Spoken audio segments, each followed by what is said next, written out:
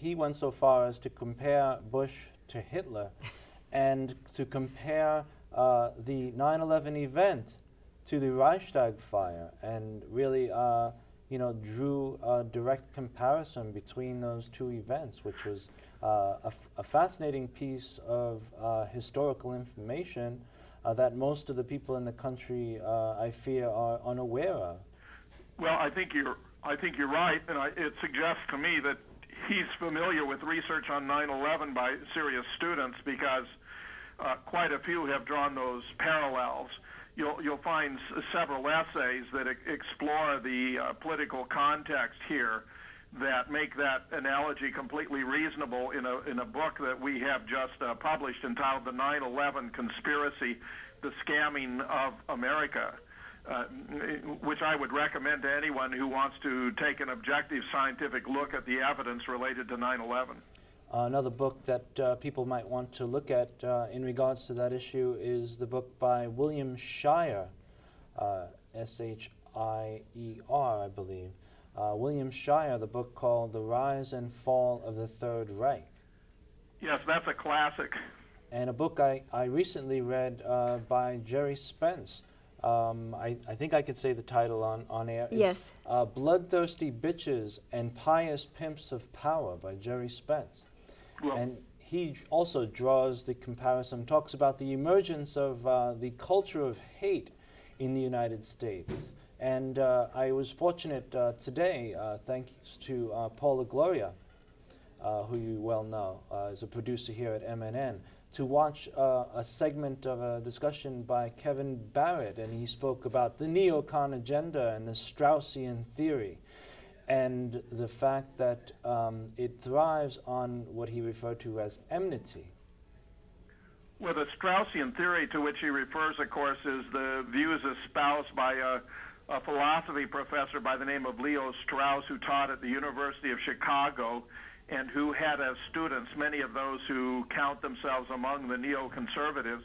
Strauss taught an elitist theory of government where the government is entitled to lie to the people. It's a completely amoral approach where there is no right and wrong, but as it were, power itself, might, makes right, so that if you're powerful enough to implement your will, you're entitled to do it, where the people are encouraged to hold religious beliefs, even though the neocons look upon them with derision because it will help to make them manageable.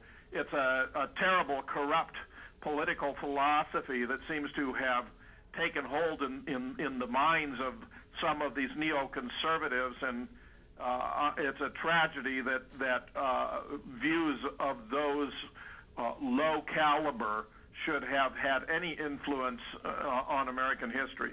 Mr. Fetzer, recently, very recently, it was about a week ago, our mayor, Bloomberg, was trying to make an attempt to implement a law stating that nobody can ever take a photograph, use a camera on a public street, any public street, ever.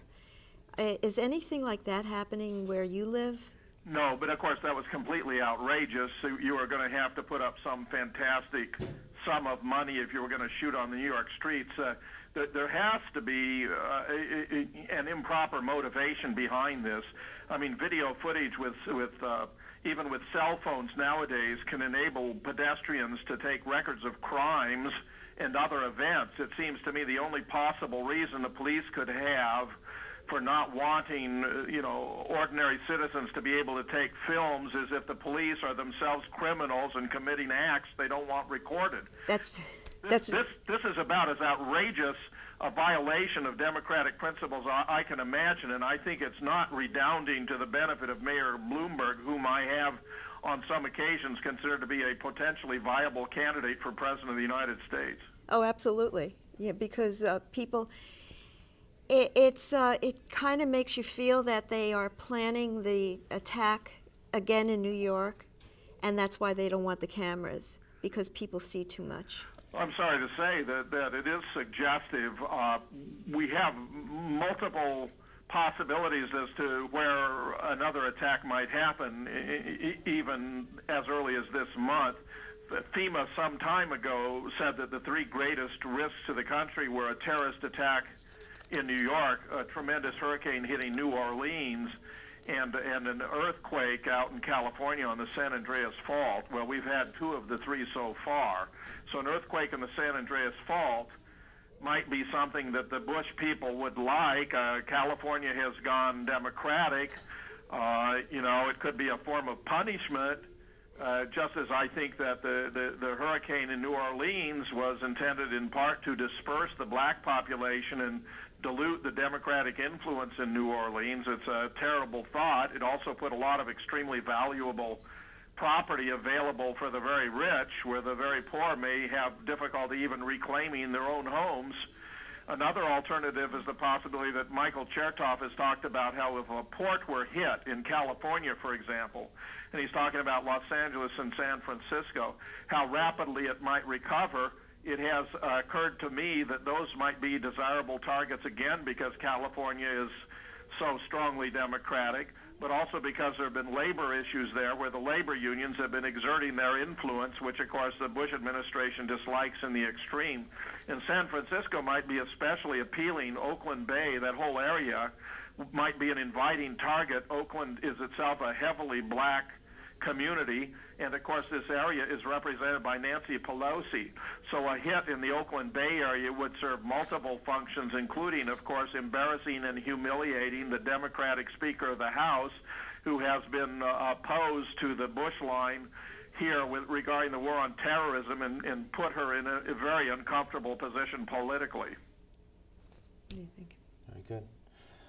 Well, the term martial law is a term that we toss around, but I think a lot of people hear the term but are unfamiliar with the repercussions of the imposition or the implementation of martial law in the United States. Would you like to comment on that, Mr. Fetzer? Well, other reasons for thinking that this is the direction that we're moving include that the Posse Comitatus Act, which was a absolute prohibition against the use of military force to implement the law, has been grossly weakened. Our military itself, however, and this is really quite stunning to contemplate, has been severely abused and under tremendous stress by these constant rotations in and out of Iraq, where many of the not only general officers, mostly retired, who are commenting on this, but some of the National Guard commanders explained that this is an unsustainable operation that is breaking the back of the military and the National Guard. Now, what has bothered me is the possibility that they could be outsourcing the military to outfits like Blackwater and maybe deliberately weakening our military so it cannot put up resistance to these mercenary armies they've created, where there may be as many as 60,000 in Iraq now, and who knows how many more could be created, because they are using money as a resource now to induce young men to fight in a war they otherwise would never contemplate. It's grotesque how they are not appealing to one's patriotic motives, but trying to seduce them by cash incentives. It's, in my opinion, it verges on the criminal act. But then again, this entire administration has been conducting wars of aggression in violation of international law, the UN Charter, and even the U.S. Constitution. So why expect anything else? It really